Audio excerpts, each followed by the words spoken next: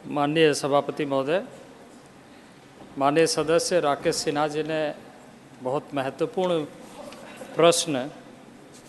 सदन में लाया है और माननीय सांसद राकेश सिन्हा जी शोध कार्य के साथ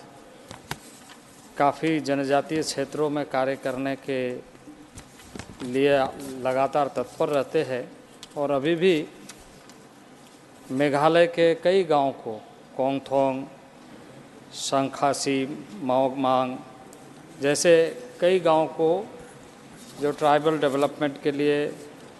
आवश्यक है उस पर गोद लेकर के काम करते हैं। जो माननीय सदस्य ने प्रश्न पूछा है, ये बात सही है कि यह पहला अवसर है देश में माननीय प्रधानमंत्री नरेंद्र भाई मोदी के नेतृत्व में जब एक संवेदनशील सरकार, संवेदनशील व्यक्तित्व और संवेदनशील कार्यक्रम का सूत्रण करने का एक बृहद कार्य योजना तैयार किया गया है और इसकी पृष्ठभूमि में इस समय देश में जो महामहिम राष्ट्रपति महोदया है उनका भी काफ़ी संवेदनशील पृष्ठभूमि इस दृष्टि से कि राष्ट्रपति महोदया देश के सर्वोच्च नागरिक के पद पर आसीन होने के बाद लगातार देश के अंदर विभिन्न राज्यों में उनका जहाँ भी कार्यक्रम बना समय निकालकर स्पेशली प्रमुखता के साथ उन वर्गों के साथ जिन्हें देश ने पीवीटीजी के रूप में पर्टिकुलरली वेनरेबल ट्राइबल ग्रुप वैसे लोगों के साथ मिल कर के इस बात की जानकारी भी ली और उनके बारे में चिंता जाहिर की और एक संवेदनशील प्रधानमंत्री होने के नाते इस देश में पहली बार प्रधानमंत्री जनमन यानी प्रधानमंत्री जनजाति आदिवासी न्याय महाअभियान का 24,000 करोड़ से अधिक की धनराशि का गणनांकित करते हुए इस योजना को प्रारंभ करने का इसी वित्तीय वर्ष से प्रारंभ किया है।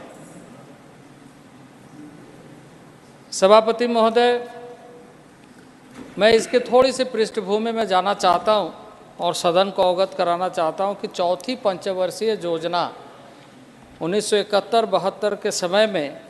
एक विशेषज्ञ समिति बनी थी और एससी दुबे के अध्यक्षता में और बाद में एक रांची यूनिवर्सिटी के बहुत प्रख्यात एंथ्रोपोलॉजी के प्रोफेसर एलपी विद्यार्थी की अध्यक्षता में एक टास्क फोर्स की गठन की गई थी और पांचवी पंचवर्षीय योजना में एक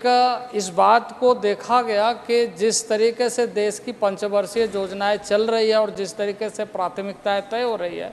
उसमें समस्त देश के जनजाति क्षेत्र पिछड़ रहे हैं। पिछड़ने के कुछ कारण इस तरीके से कि सुदूरवर्ती क्षेत्र, पहाड़ी एरिया, उनके जो डेमोग्राफिक पैटर्न है वो बिल्कुल अलग है और दूसरा जो उन दिनों में सत्ता में रहे वो अपनी प्राथमिकता को ज़्यादा तय किया बजाय उन लोगों के जिनको आवश्यकता थी और इसलिए उस समय में एक नीति निर्धारण की गई 74-75 में कि टीएसपी एरिया, ट्राइबल सब प्लान एरिया, राज्यों को भी और सेंटर भी टीएसपी के आधार पर राशि आवंटित करते हुए सुनिश्चित करेगा। लेकिन उसमें भी इस बात को ध्यान नहीं रखा जा सका, इस बात के लिए उसमें मूल्यांकन किया गया, उसमें सारी चीज़ें देखी गई, एक आबादी निर्धारित किया गया कि जो 500 की टोले होंगे, बस्ती होंगे, 300 के बस्ती होंगे, ऐसे आबादी क्षेत्र जो ट्राइबल होंगे सामान्य क्षेत्र से अलग, उनको प्राथमिकता दिया जाए। लेकिन मैं इस सदन में आपको बताना चाहता हूं कि जिन लोगों को आज लक्ष्य बनाकर जनमन योजना के तहत, पीएम जनमन योजना के तहत किया जा रहा है, उसमें वो 300-100 से भी कम, यानी जो पिछले 75 वर्ष में हमेशा पिछड़ते रहे, जिनकी आबादी 100 से कम है एक एक टोले में, पीवीटीजी टोले में, और वो अंडमान निकोबार से लेकर देश के विभिन्न राज्यों के 75 पीवीटीजी ग्रुप को इस योजना में सम्मिलित करते हुए यह सुनिश्चित किया गया है कि सामूहिक रूप से हमारे जो मंत्रालय हैं, 9 मंत्रालयों के माध्यम से उनके लिए जो मापदंड है उसको रिलैक्स करते हुए योजनाबद्ध तरीके से कि अमृत काल में हम वैसे गांव तक पहुँचे जहां आज़ादी के बाद कभी देश का कोई भी व्यवस्था पहुंच नहीं पाई थी। और इसके तहत मैं सभापति महोदय बताना चाहता हूं कि जैसे ग्रामीण विकास के माध्यम से देश में पीएम आवास योजना चल रही है। इन समुदायों के लिए पीएम आवास योजना में लागत भी बढ़ाई गई है और दूसरा पूर्ण रूप से उन गांवों को आच्छादित करने का सुनिश्चित किया गया और 4,90,000 नए आवास इन परिवारों को दी जाएगी जो पीवीटीजी समुदाय के हैं। इसी तरीके से 1,000 मोबाइल हेल्थ वैन प्रारंभ किया जाएगा इन गांवों के लिए। 500 नए छात्रावास, एजुकेशन डिपार्टमेंट के तरफ से 500 नए छात्रावास इन परिवारों के बच्चों के लिए शिक्षा में नए तरीके से इनको अवसर देने का काम करेगा। तो इसी तरीके से 2500 नए आंगनबाड़ी केंद्र, जहां पर आबादी बहुत कम है वैसे गांव में 2500 नए आंगनबाड़ी केंद्र खोले जाएंगे। और इसके साथ साथ ही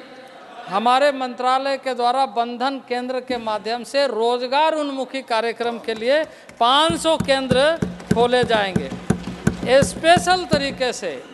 टेलीकॉम डिपार्टमेंट के माध्यम से 3000 गांव में नए टावर लगाए जाएंगे ताकि वो गांव जो इन सारे चीज़ों से अछूता रहे हैं वो सारी सुविधाएं उपलब्ध हो। और सही तरीके से जो पीएम जनमन है, यानी पीएम जनजाति आदिवासी न्याय महाअभियान को अमृतकाल में सफल किया जाए। ये योजना सेंट्रल स्पॉन्सर्ड तरीके से किया गया है और सभी राज्यों को इसमें सुनिश्चित किया गया है। मैं इस सदन में ये बताना चाहता हूँ कि 2001 और 2011 के जो जनगणना के आंकड़े हैं उसके अनुसार 11 में जो जनगणना के आंकड़े आए उसमें बहुत सारे पीवीटीजी समुदाय की जनसंख्या में कमी आई और इसलिए सभी मुख्यमंत्री को संवेदनशीलता के साथ इस बात का ध्यान रखने के लिए कि इन समुदायों में जो संख्या की गिरावट आई है उसकी शोध खोज करें। और TRI जो ट्राइबल रिसर्च इंस्टीट्यूट है उसको हमने स्पेशली इसका टास्क भी दिया है अलग से कि इन सारे चीज़ों को शोध करके कुछ जगहों में यह देखा गया है कि पलायन हुई है और कुछ जगह में मृत्यु दर ज़्यादा है। आज मैं जिन योजनाओं का उल्लेख किया उन योजनाओं के पीछे यह उद्देश्य है कि यदि हम 1000 मोबाइल हेल्थ मोबाइल वैन प्रारंभ कर रहे हैं तो इसके पीछे यही है कि उनको हम सही तरीके से स्वास्थ्य की सुविधा दिलाएं और 100% आयुष्मान भारत का कार्ड उसका बने और उनको सारी सुविधाएं उपलब्ध हो। माननीय सदस्य ने जो प्रश्न पूछा मैं यह स्पष्ट कर दूं कि इस तरह से कुछ नहीं, जो उनका सूचना है हो सकता है कि उसमें